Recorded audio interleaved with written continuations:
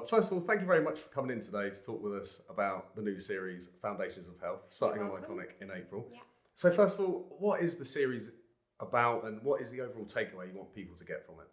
Well, basically, like the title suggests, it's the foundations of how to give you good health.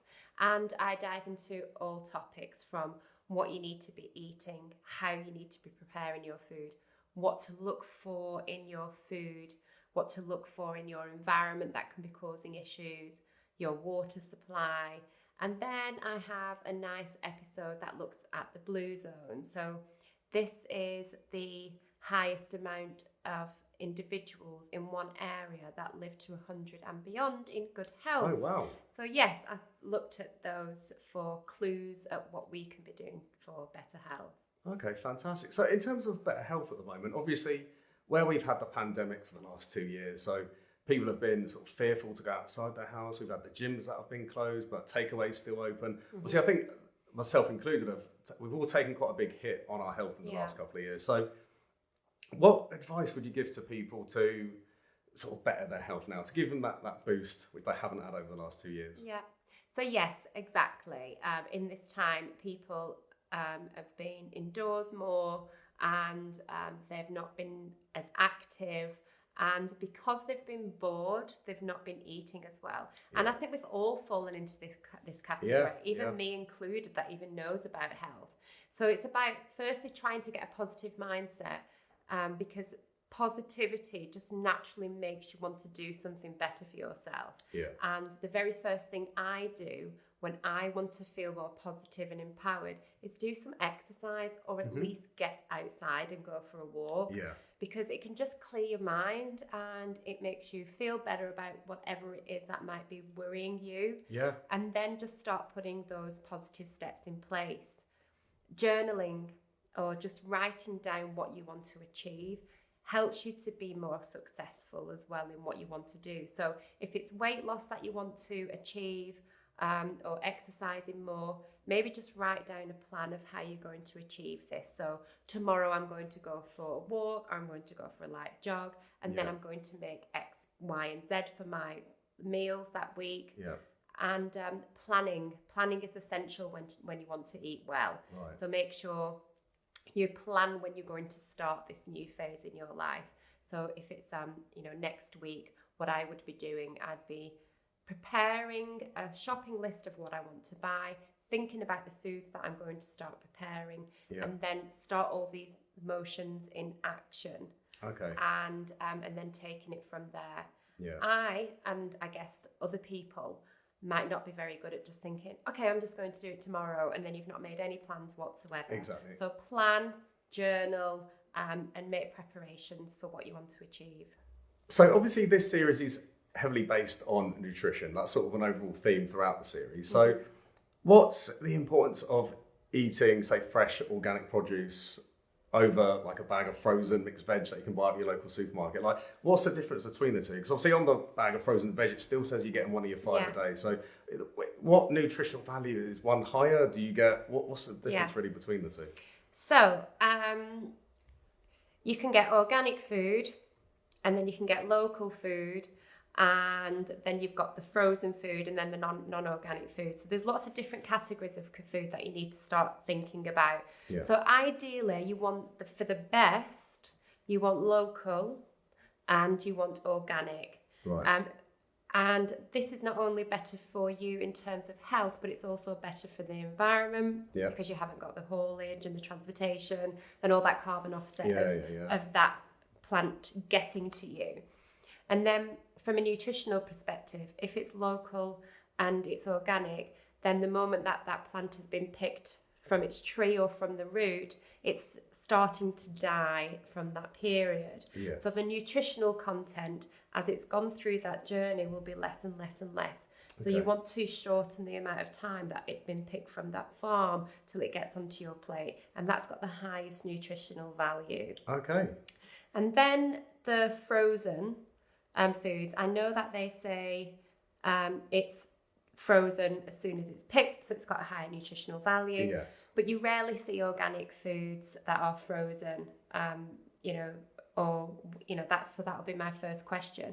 And where has it come from? Yeah. And what's been the farming methods of that particular plant? So has it got pesticides, herbicides, fungicides? Yeah. So all these are very toxic to us. And I think, like you say, the cheaper bags, you can get like a kilo of like if mixed it's cheap, veg it's not going to be good, is it? Exactly. Yeah. So, you do get what you pay for with yes, that, and obviously exactly. with health, it should be a priority. Yeah, it should be a prime priority for you, that you want to spend a good amount of your money on what you're going to be putting into your body.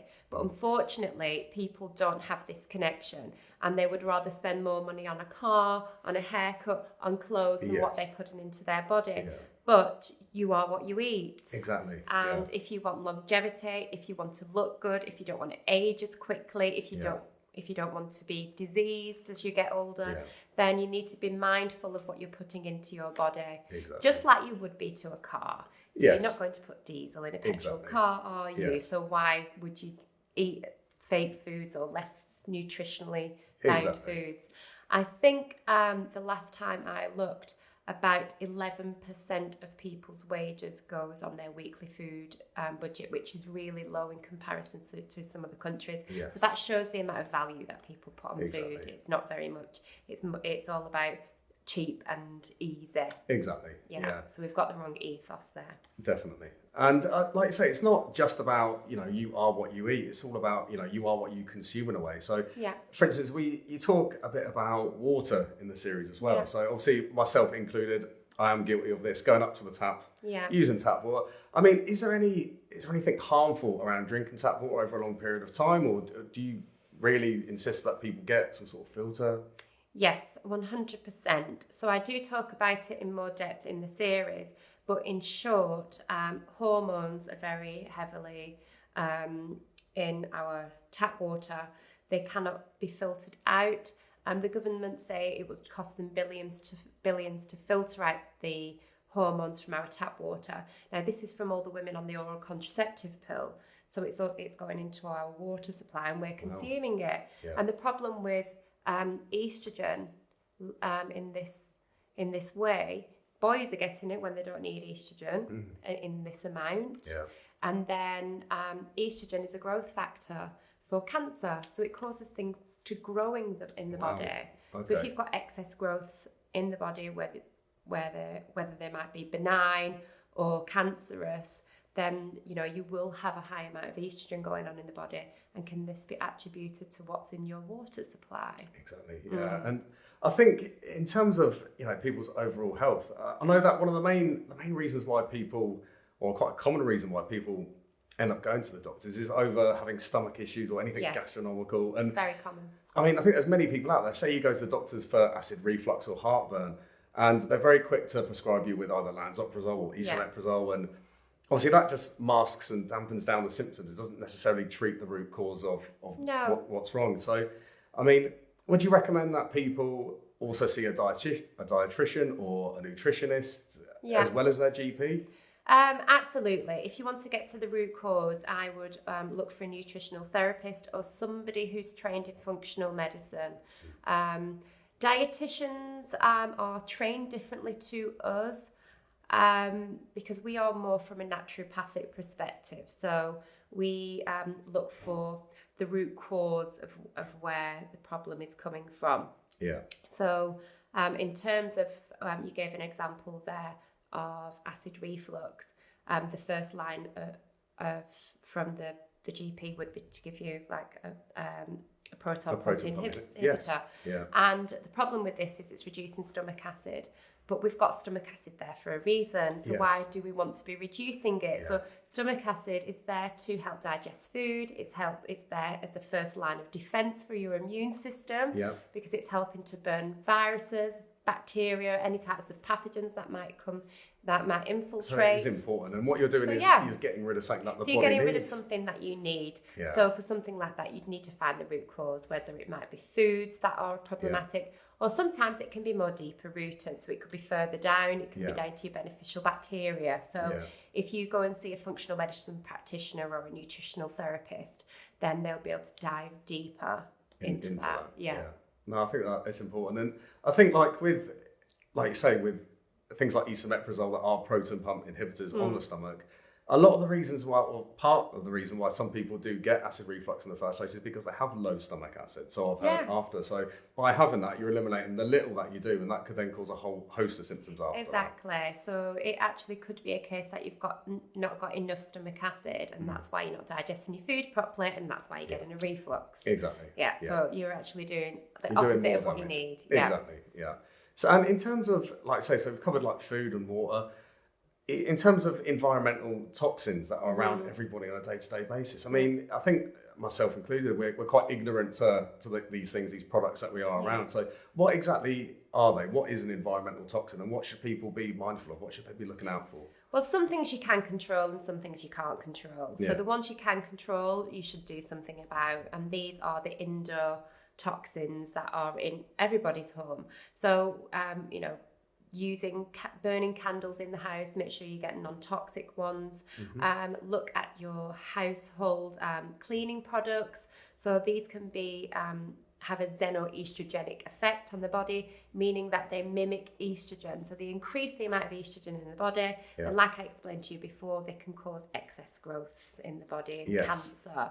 So, anything that you put on your skin, anything you use in your home, just make sure you're going for non-toxic brands, because these are things you can control. And again, the toxins in your water, you can control it. Just make sure you get a reverse osmosis filter, but make sure you get a remineralizer with that, because otherwise you'll be consuming dead water. But so I talk about that in the series. Yes, of course, But an osmosis filter, that's essentially a filter that goes in your water, or on your water supply, is it? So it's a tank that will go underneath your tap, and it will filter out all the toxins in the water, including estrogen.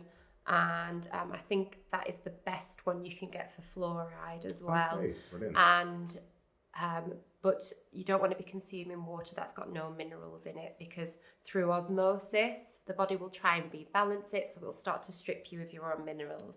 So this is why you need a reverse osmosis filter with remineralizer. So what's becoming increasingly popular is people taking supplements. So they go up their local supermarket and buying a pot of vitamin C. It's about £1.99. You get about 17 years worth of dosage in there. Are these beneficial to your health? Do you recommend that people take them or supplement at all? And if so, should they buy these? Okay, so definitely no to those supplements. Right. So all high street supplements are cheap, and they're cheap for a reason, because the body can't use them, they're inactive, and they will just give you expensive urine. Wow, okay. But, and then there's another misconception as well, that people think, just because it's natural, it's fine, it's not harmful. But actually, fat-soluble vitamins A, D, K, and E, because they are fat-soluble, they store in the body. So if you're having them for a prolonged period of time, you can become toxic in them. And I've seen this before with vitamin D. So everyone thinks, I need to take vitamin D. And they are taking them for prolonged periods of time. They're building up lots of this vitamin D in the body, and then they become toxic in it. And they can be hospitalised with that. Oh, wow. Yeah. Okay, so it's quite serious then. Yes, it's quite serious. And other things that people don't understand is that vitamins work together in synergy. So if you're taking vitamin D3 on its own, vitamin D doesn't work on its own. So it needs vitamin K2 in order to get that vitamin D to the cell. So if you're just taking vitamin D on its own, then actually it can have a negative effect. And studies have shown that it can calcify the arteries. So that's not ideal. Yes. Wow, okay. So in terms of these little vitamin C tablets that you can get, or like say vitamin B12, is it a case of when you take them, your body just doesn't absorb it? Well, the vitamin C, the cheap ones on the market, will be in the form of ascorbic acid. So that's the man-made version of vitamin C. That particular kind of vitamin C, you'll get that in high dosages, like 1,000 milligrams per tablet. But that type of vitamin C can offset your mineral balance within the body, because it's not a natural format. Ideally, if you want to take vitamin C and any vitamins, I would always go for a food-based formula. Okay. So food-based means that they have been derived from food. So your body recognises it and it will take food. from it what it needs, because Yeah. that's what the body does with food. You can't get toxic from eating in a vitamin from eating too much of the food, Yeah. because the body will just get rid of it if it doesn't need it. But when it comes to supplementing, if you're using synthetic supplements like an ascorbic acid, then this can upset the balances within the body. Right. So this is why you need to opt for, if you don't know what you're doing with supplements, opt for a food-based supplement. That way the body will take what it needs from the nutrient that you've taken, and then it will just get rid of the rest. Okay, brilliant. Like it would do with food. Yes, of course. And I would always just seek the advice of a professional in the field when it comes to nutrients like that with supplements, because there's quite a lot that can go into the picture. Yeah. And I always give this one rule: you can't supplement a bad diet. So Of don't course. just think you can eat whatever And and then then have a multivitamin. Yeah, you can't have a Big Mac then a No. vitamin C tablet and be like, that's fine. Balanced. Exactly. Balanced diet. Yeah. No, Okay. yeah.